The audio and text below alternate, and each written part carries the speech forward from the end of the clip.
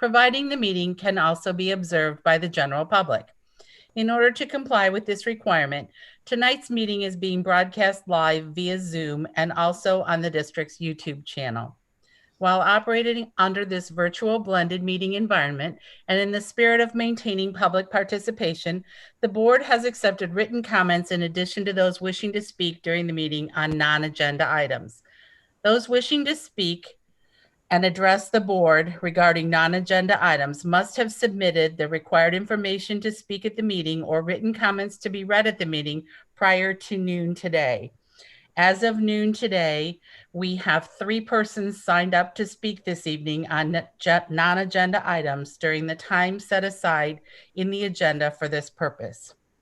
Those wishing to address the board on agenda items may submit their name, topic of their comments, email address, and phone number from which they may be calling in the chat area of this Zoom meeting between now and 7 p.m. So all concerns may be heard. Please observe the following rules for public participation. Only 3 people may speak or submit written comments on the same topic. Each speaker may take up to 5 minutes to address the board, and each speaker may not reflect adversely on individuals. While public participation will not be interactive during tonight's meeting, follow-up with individuals submitting public comments will occur at a later time. All comments are considered public record and are therefore subject to the Freedom of Information Act. Those wishing to speak on agenda items should do so now in the chat area of this Zoom.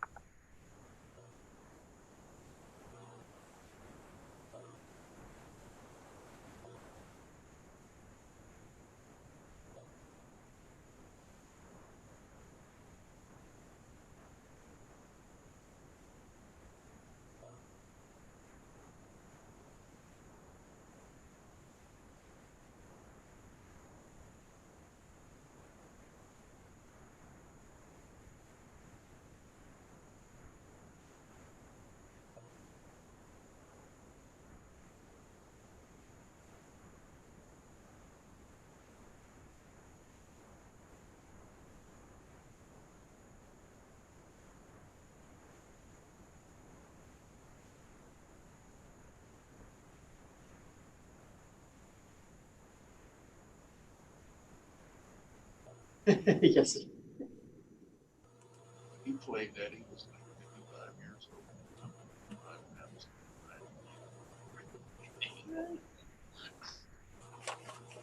Give it a But I shot. listened to it. There's two people playing those things that's long. 91.5 jazz station. 98. Yeah, my call number has changed. I can't. I grew up listening to smooth jazz, 93.5, 94.3. That was my thing. What was that? Here, all through elementary, middle school.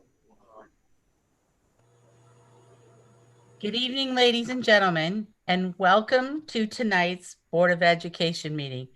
Thank you for attending. Having received confirmation that the video is streaming correctly, Southwestern City School District Board of Education President, Mrs. Kathy Johnson, will now call the meeting to order. Mrs. Johnson, no one signed up to speak on agenda items, only the persons who are speaking on non-agenda items this evening. Thank you. And thank you for attending tonight's blended virtual meeting of the Southwestern City School District Board of Education. While the agenda will be visible during the meeting for those watching online, you may also follow along using the agenda posted on our website at www.swcsd.us under the Board of Education tab. Please remember that public participation will not be interactive during tonight's meeting.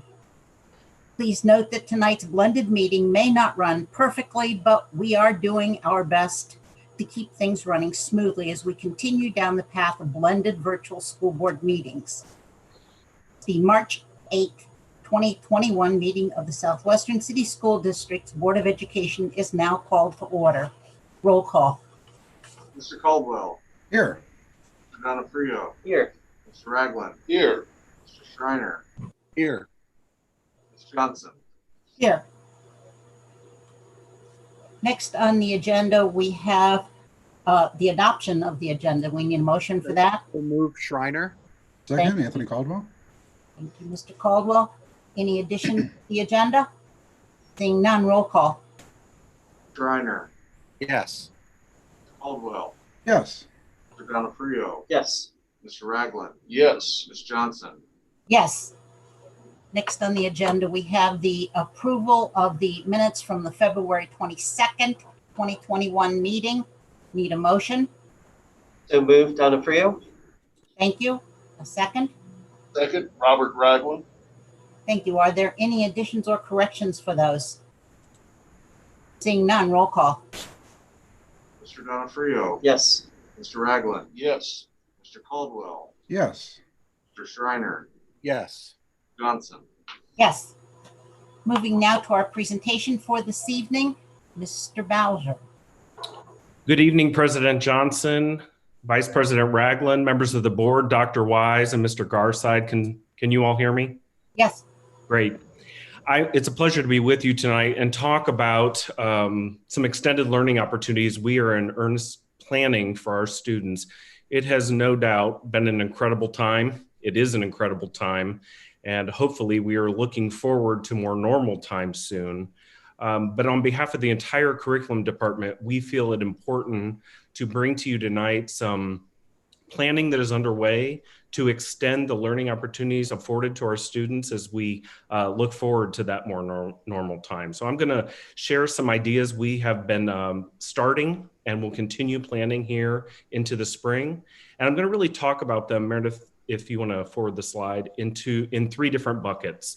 The first bucket is I'm going to talk about June 2021, so that month right after and as school ends. Then we're going to look forward to August, the month right before school resumes for next school year. It's hard to believe that means summer's virtually gone. And then the third bucket we're going to talk about is looking forward into fall and what could be and will be possible for our students.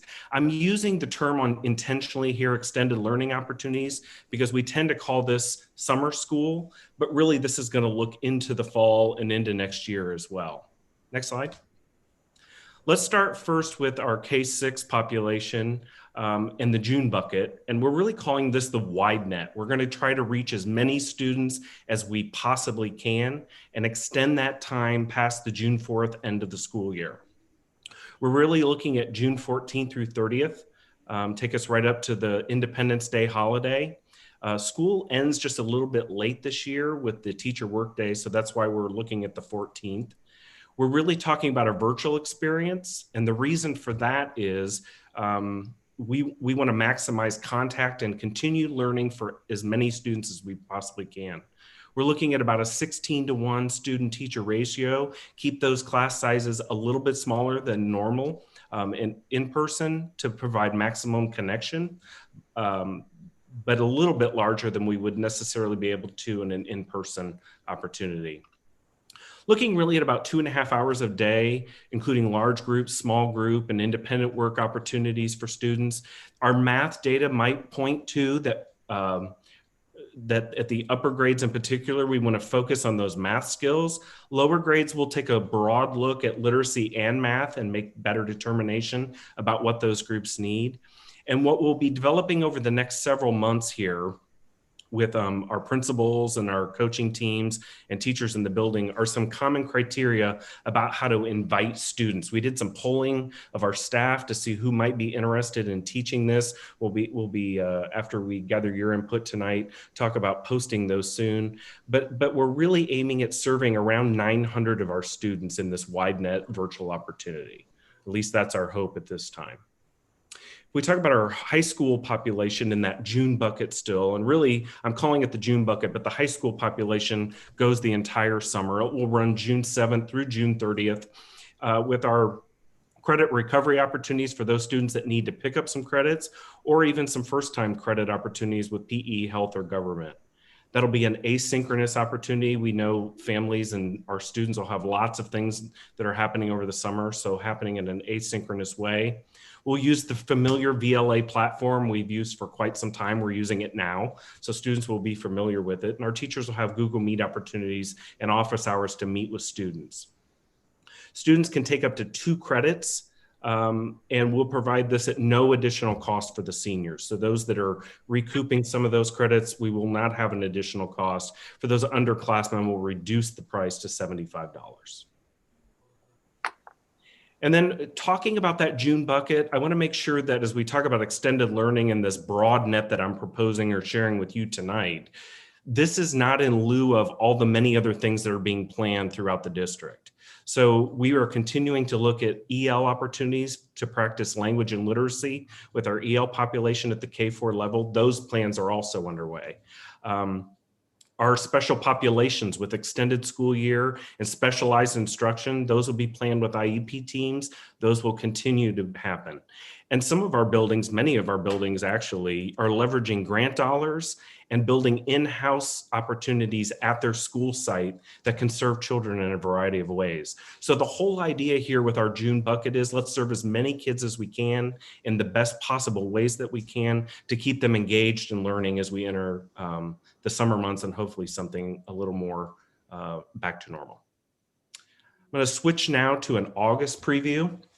As we think about, the 4th of July holiday, summer's gearing down, hopefully things look much more normal. We're really going to switch school to a back to school mindset. I don't like the word boot camp because it implies something not so fun necessarily, but that idea of getting back in the mode of let's go back to our schools, let's get back. And we really wanted to talk about an in-person event in August. Looking at 9th through the 20th, right before we open our doors that following week, I believe on the 25th-ish.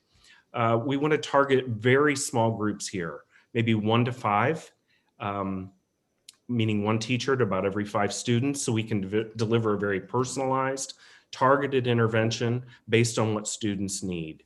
Again, we're going to keep that focus based on our data at math at the middle grades, but our lower grades, again, we may want to target some of our students that have chosen a virtual opportunity all year, getting them reacclimated into the building, and that could look different at different sites. So we want to be flexible there.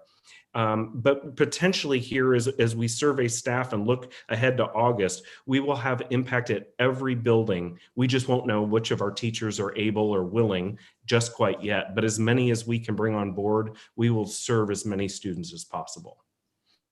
So that's kind of looking at that August bucket. And if you look at the timelines here, we're sharing with you tonight. Last month, I had an opportunity to share this idea with our district PTA, get their input, hear what their concerns were, their questions, and some ideas that they had. We'll look here to turning to hiring staff. Once we know how many adults we're willing to serve our students, we can plan which students to invite and make sure that families know in advance. We want to do that as soon as possible, early May. We know families are hopefully making summer plans as well. We'll be providing some training on June the 10th, and we'll be setting with our principals before we leave those August opportunities. So those are laying there ready to go when we come back in August and ready to open our doors. I'm going to forward the next slide, Meredith, if you could. Looking ahead to 2021, this is the most vague idea that we have at this point, just because we're not exactly sure what September, October, November may bring or look like. But we do know we're going to be allocating resources to each building to promote after school and extended learning opportunities, tutoring. It could look different in different places, but kind of give them some resources to dream and run and serve the students that are in need in their building. And with that, I'm happy to try to answer or get you answers to questions that you may have.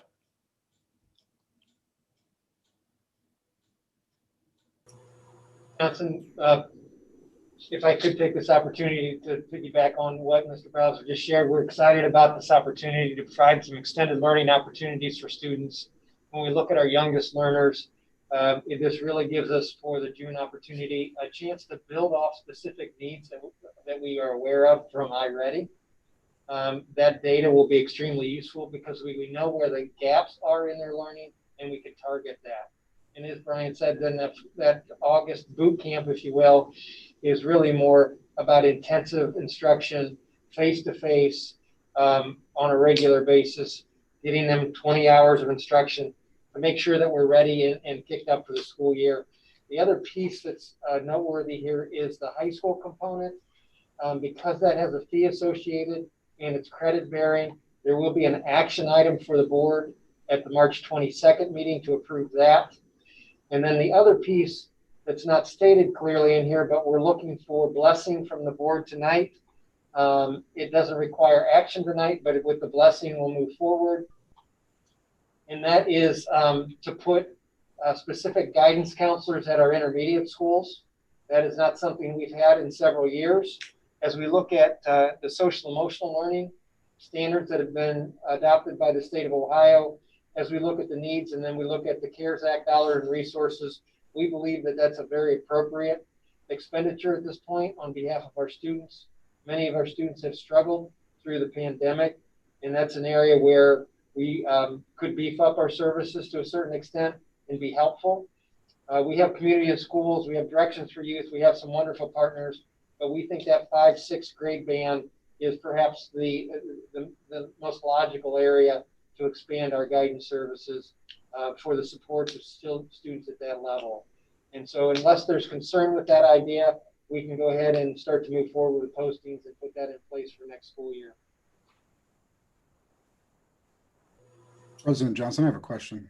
Yes.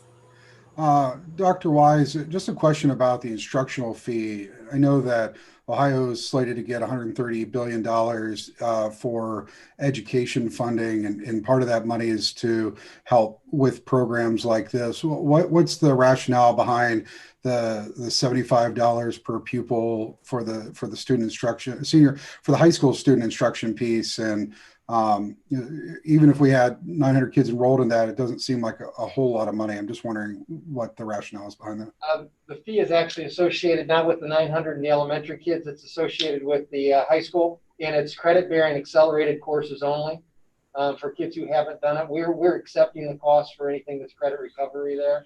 Brian, correct me if I'm wrong, but there is the only fee we're talking about here for students who want to take a new course at the high school level, in my understanding. And what about students who have limited means?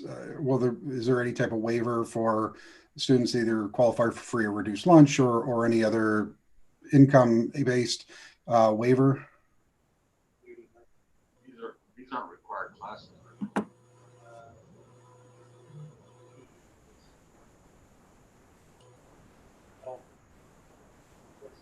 Yeah, they would be, if it's a fee we're charging and they're free and reduced, I'm sorry, I didn't hear that. there was a fee that was for a mandated class, and we have our waive fee system. If they're on free and reduced, it would be waived. Yes, for the credit courses, then government, PE, and health are all required for graduation. And so those are waived for free and reduced students. Okay, are there any other questions? President Johnson? Yes. Just a quick feedback. I'm just really excited to hear about the idea to expand to the 5 and 6 grades, the additional supportive counseling. I think that, yes, as you just said, as evidenced through the pandemic and things like that, and we know particularly at those particular ages, that additional support would be very much needed. And so I'm excited to hear that. Other comments? Seeing none.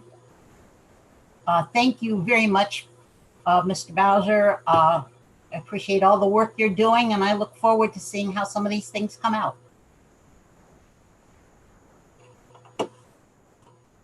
Back to our agenda now. Next, our board reports. Seeing none, we have no public participation relative to agenda items. Mr. Schreiner, the legislative liaison report. Thank you, Madam President. Lots happening in many committees regarding education right now at the beginning of the year. I will highlight a few of them, so bear with me. A lot happening even up to today's reporting. There will be, I'm going to tag this on right now, that there will be 10 pages of Senate and House bill legislation that is happening that will be included, and I'm only going to highlight some of them right now. The first is assessment discussion grows as students return to the classroom. The Ohio House on March 4th passed House Bill 67 by a vote of 93-1, sponsored by Representatives Kohler and Representative Byrd.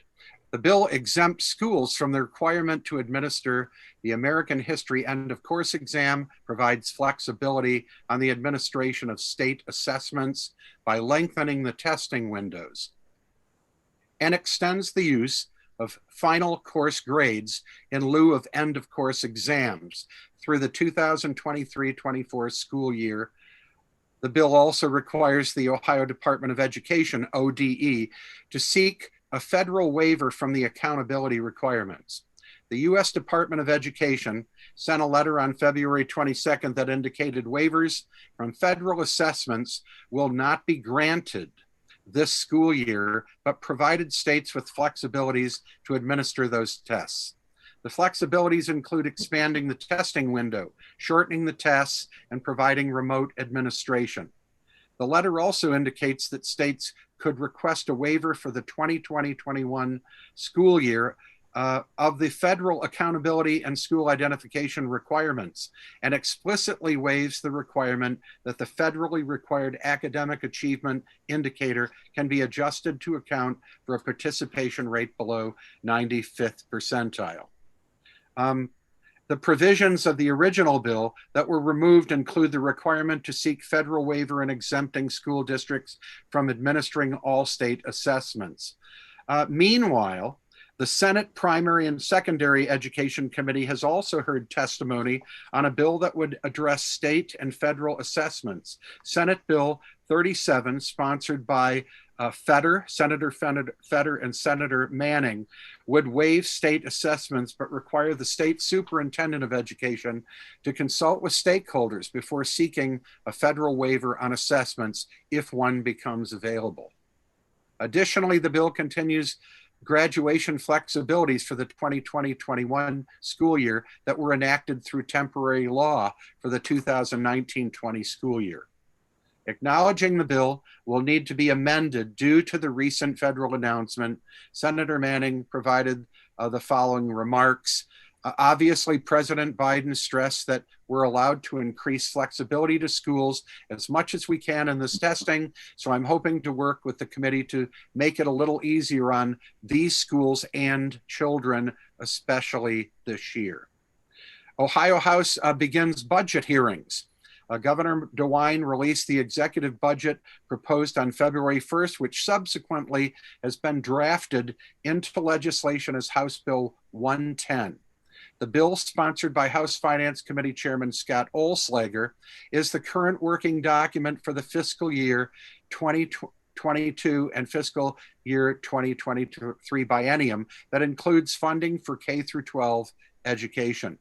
The Ohio House distributes the work of the budget bill to the various finance committees. And I will just say that they are also holding hearings on House Bill 1, sponsored by Representatives Callender and Sweeney, which would create a new school funding formula. In addition to establishing the K-12 funding, House Bill 110 contains policy changes that would grant all students the option to enroll in computer science courses or general education courses that include computer science curriculum. The bill also requires the completion of the FAFSA as a graduation requirement. Several transportation policy changes are also contained in the bill, including the elimination of school bus purchase funding, etc. I will stop there because there are 8 other pages that you might want to refer to with pending legislation in many committees. Madam President, that concludes my report this evening. Thank you, Mr. Schreiner. Moving now to our student and staff achievement report, Mr. Caldwell.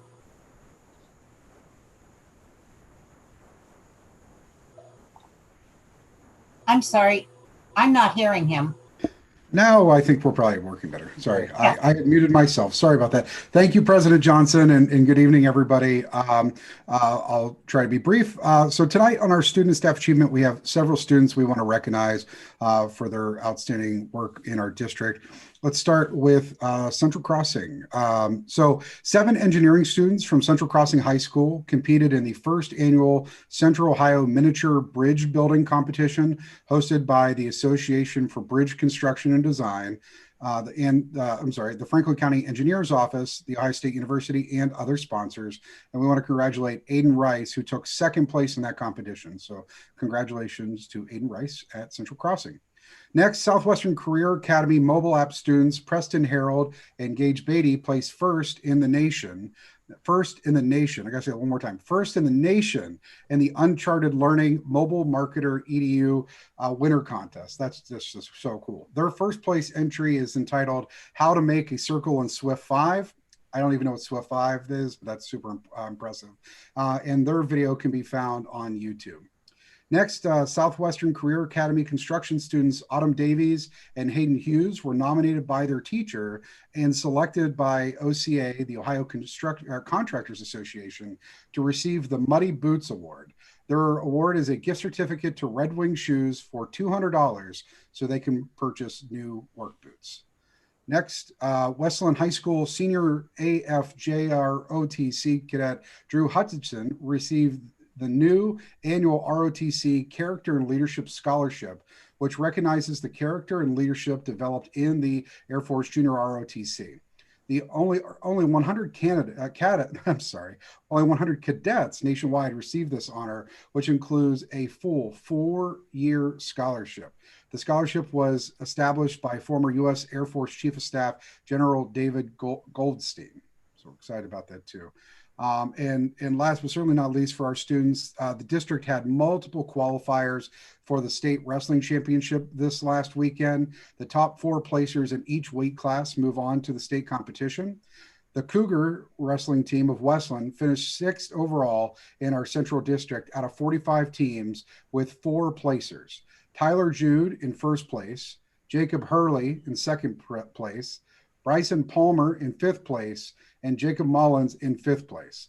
Tyler Jude became the program's first district champion since Jake Farrell in the 119-pound weight class and Chad Barga in the 145 weight class finished first in 2005. And the Greyhound wrestling team finished in 10th place with wrestlers Braxton Sheets and Brandon Benson moving on to the state tournament. Isaac Carter placed 5th. So congratulations to our great wrestlers in our district. And for our staff achievement, Grove City High School choir director Ann Johnson and Central Crossing High School teacher Kristen Nora have been selected as 2 of the finalists for the Columbus Parent / This Week News Teacher of the Year Award at the high school level. Voting runs through March 24th at columbusparent.com/teachers and at columbusparent.com. So we encourage you to go and vote for our wonderful teachers. President Johnson, that concludes tonight's staff and student achievement report. Thank you, Mr. Caldwell. Moving now to items for action, fiscal and operational management. Mr. Schreiner. Thank you, President Johnson. This evening we have 9 action items under fiscal and operational management. The first, revised permanent appropriations for fiscal year 2020-21, Exhibit X1. It is recommended that the Board of Education approve the revised permanent appropriations.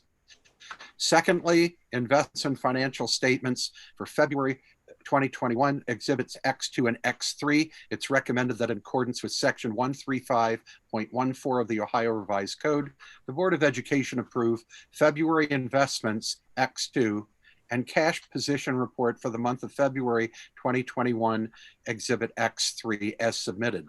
Total investments, $405,742,771.46. Interest earnings month to date, $117,144.53. Interest earnings year to date, $1,720,765.08 with interest rates 0.010 to 1.680%. Third, payment of bills, Exhibit X4. It's recommended that the Board of Education approve payment of bills according to the list of checks for the month of February 2021. Fourth, donations, Exhibit X5. Total donations this month of last month of $5,445 with great appreciation to all of those contributors. Thank you.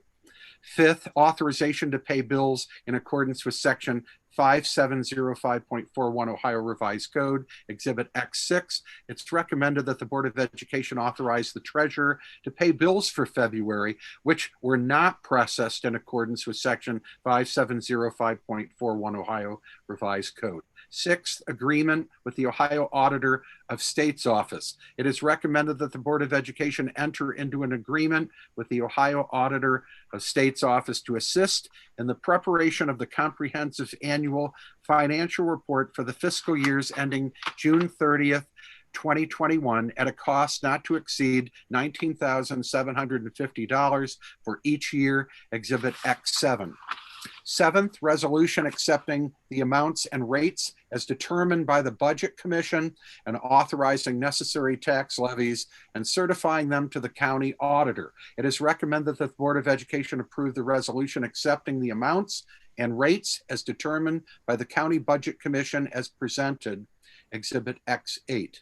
Eighth, resolution authorizing the district's participation in Meta Solutions retail electric bid process. It's recommended that the Board of Education approve the resolution authorizing the district to participate in Meta Solutions retail electric bid process.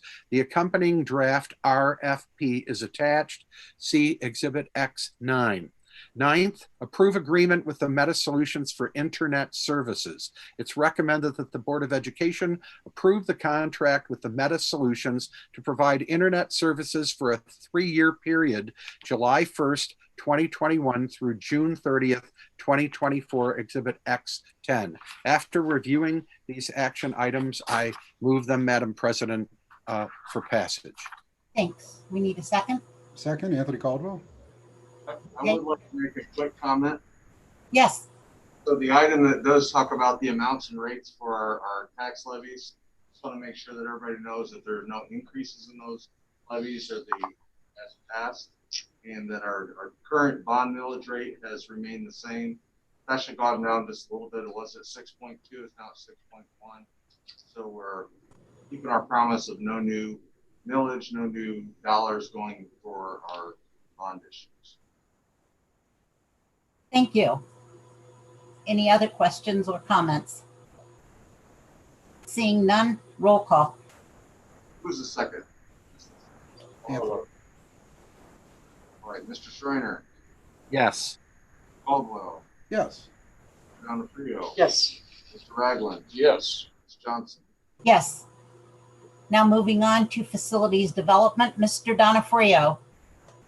Thank you, President Johnson, and good evening to everyone. On tonight's agenda for facilities development, we have 2 items. First, a resolution authorizing and approving the award and execution of a contract with Ultimax Incorporated for the replacement of walk-in freezer cooler at Galloway Ridge and Holt Crossing Intermediate Schools.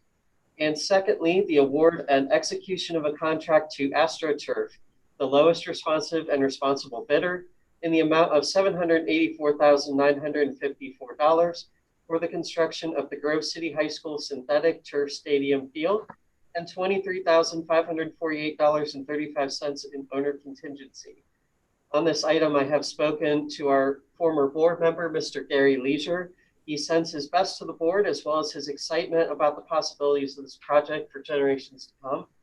And may I likewise share my appreciation for his generous gift and for the hard work of the many Grove City community members and donors who have been working tirelessly to reach this moment. Having reviewed these items, I recommend their passage and move to do so at this time. Second, Schreiner. Thank you. Would anyone else like to comment? Madam President, if I could, I just want to echo what Board Member Donofrio said about the generosity and how much we appreciate that. But I also want to say that we need to consider equity in our schools and look for ways to help the other 3 high schools try to find the funds that they need to have similar improvements made to their fields.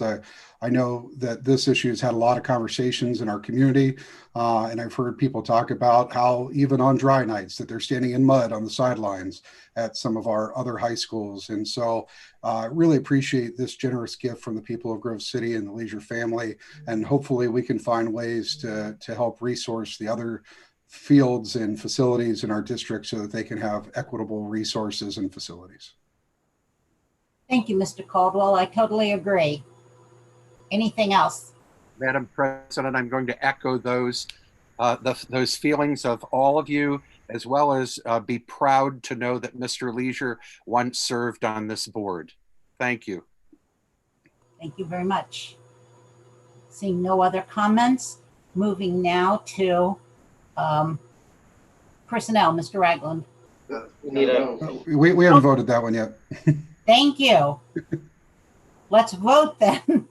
All right, Mr. Donofrio. Yes. Mr. Schreiner. Yes. Caldwell. Yes. Ragland. Yes. Ms. Johnson. Yes. And now we'll move to personnel with Mr. Ragland. Thank you, President Johnson. On the board agenda this evening are 7 personnel items involving 168 persons. This includes 10 certificated resignations, 2 administrative employments, 6 certificated changes in employment status, 92 certificated employments, 6 classified resignations, 6 classified changes in employment status, and 46 classified employments. And after review of these items, I do recommend them for passage. Thank Okay, we have a motion. We need a second. Second, Donofrio. Thank you. Any questions or comments? Seeing none, roll call. Mr. Ragland, Yes. Mr. Donofrio. Yes. Mr. Caldwell, Yes. Mr. Steiner, Yes. Johnson. Yes. Moving now to public participation relative to non-agenda items.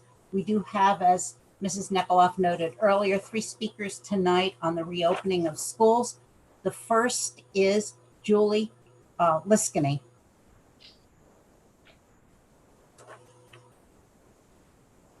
Thank you very much. Can you hear me? Yes. Great. Yes, good evening, everyone. My name is Julie Liskany, and thank you for the opportunity to speak this evening on behalf of my family and many families here in Southwestern City Schools. As an active member of the community, taxpayer, registered voter, parent of a Southwestern City School District student, and stakeholder in the district, I come before you this evening with questions and concerns regarding the current school plans and immediate future plans for our students. I am extremely disappointed and disheartened by the lack of communication and transparency that the district offers its parents and students.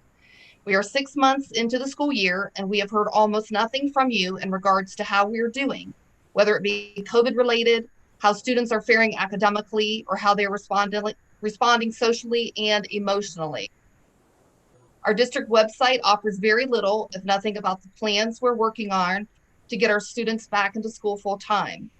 Many other districts in Franklin County have interactive websites for their families, and they are sharing weekly, if not daily, updates of the happenings that are taking place in their districts. Why don't we have daily breakdowns of positive case counts per school for students and staff on our homepage? Where is the communication for the goals we have to meet in order to return full time? Why isn't the district offering resources for families who are struggling with mental health issues due to the hybrid remote learning?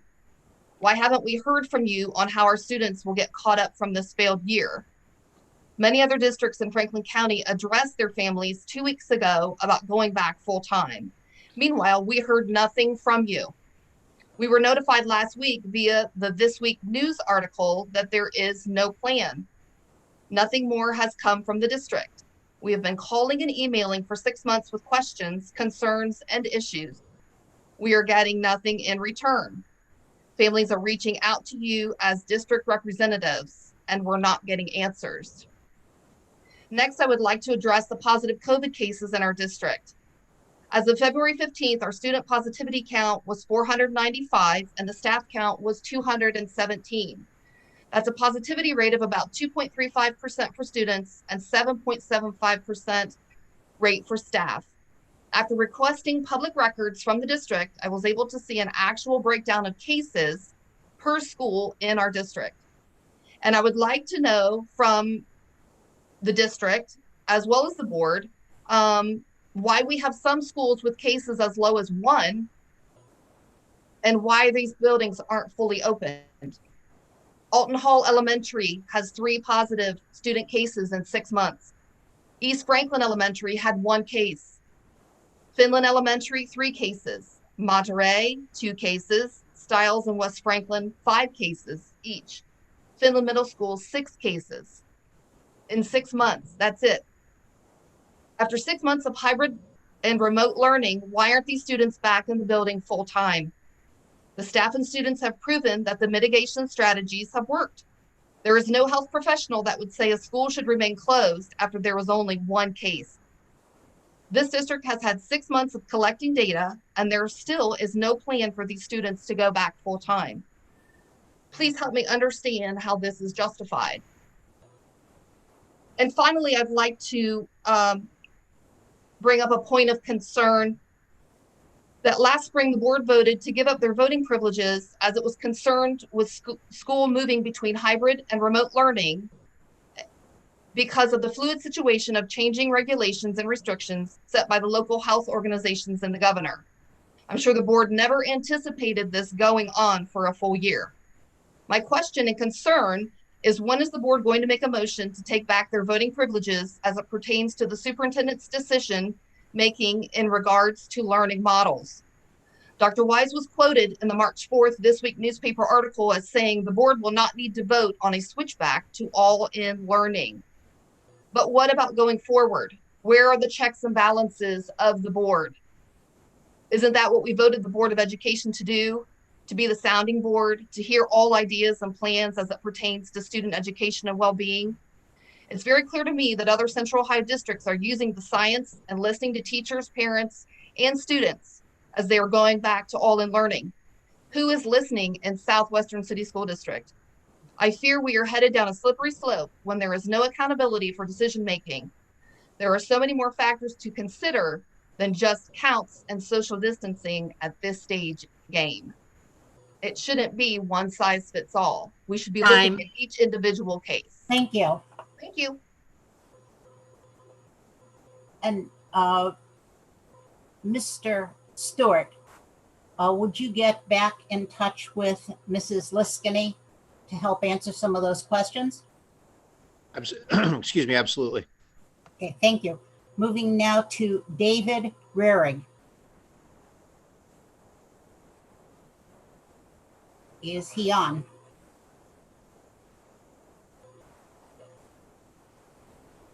I'm not hearing from him. David?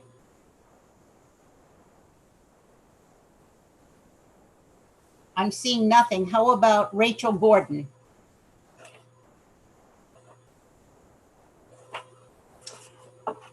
Hello, can you hear me?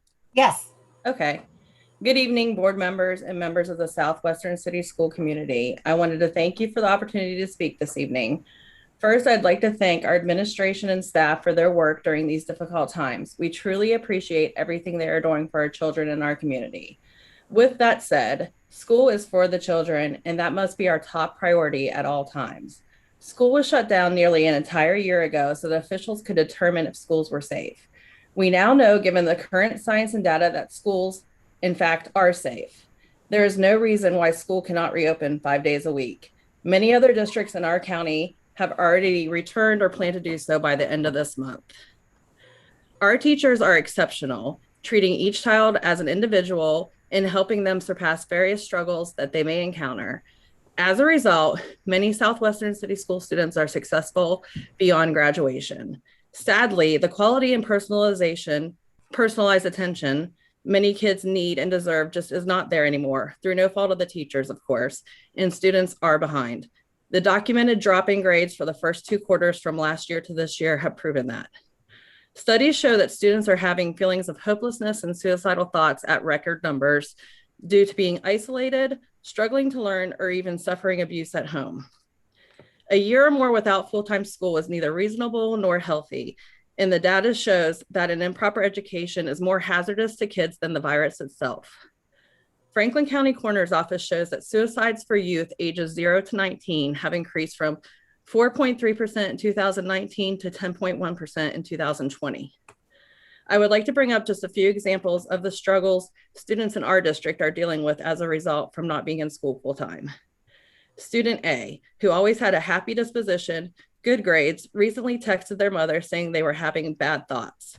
We're not happy. The student begged their parent to see a doctor. Student B, around the time of midterms, stopped eating and showed signs of depression, which the parents recognized. They discussed the situation with their child and learned that sadly, that child had turned to self-harm, including cutting their arms several times with a serrated knife. Emergency medical attention was sought, and through conversations with professionals, it was revealed that the student was terribly anxious of failing midterms because they could not understand the material due to not being in school. Student C, this honor roll student's grades have slipped to C's and D's, and they have expressed having unrelenting feelings of helplessness and depression. They have sought medical treatment, but unfortunately, due to the high demand care, they have been placed on a waiting list. Those are just a few cases out of the nearly 22,000 students in our district.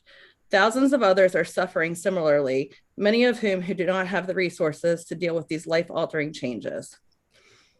Per the Ohio Department of Health, 93% of COVID-19 fatalities are 60 or over, 87% are 65 or over, and 0 school-aged children have died. Children comprise just 2% of the hospitalizations. Southwestern's demographics primarily do not fall into any of these high-risk categories. Since March of 2020, the governor has set goalposts which, once achieved, were tossed aside and placed with new ones. First, it was flatten the curve, then wear the mask, then follow the colored map, then reduce hospitalizations. Now it's eradicate the virus. That is impossible. Even with the vaccine manufacturers have stated, the virus will be with us forever. The goalposts have changed dozens of times and will continue for years if action is not taken. Studies all over the world in Ohio show the virus is not being transmitted by contacts within schools.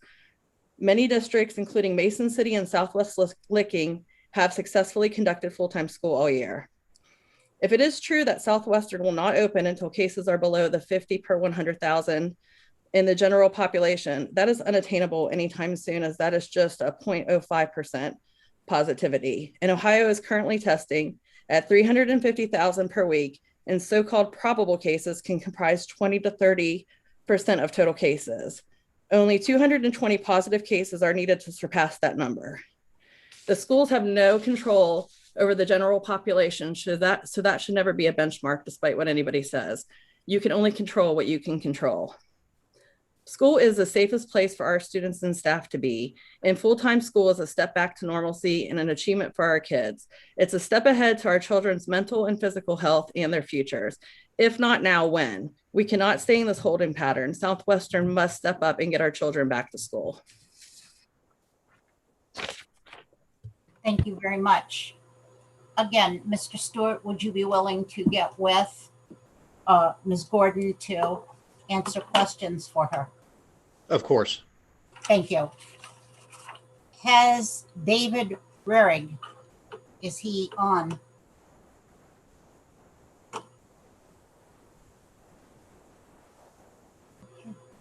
Seeing that he is not on, that does conclude the public participation for the evening. We'll move now to a motion to adjourn. So moved, Anthony Caldwell. Thank you. We need a second. Second, Robert Ragland. Thank you, Mr. Ragland. Roll call. Mr. Caldwell, Yes. Mr. Ragland, Yes. Mr. Donofrio. Yes. Mr. Schreiner, Yes. Johnson. Yes. Thank you all for attending this evening's meetings. I look forward to seeing some of you in the near future. Have a safe drive home if you're not already there.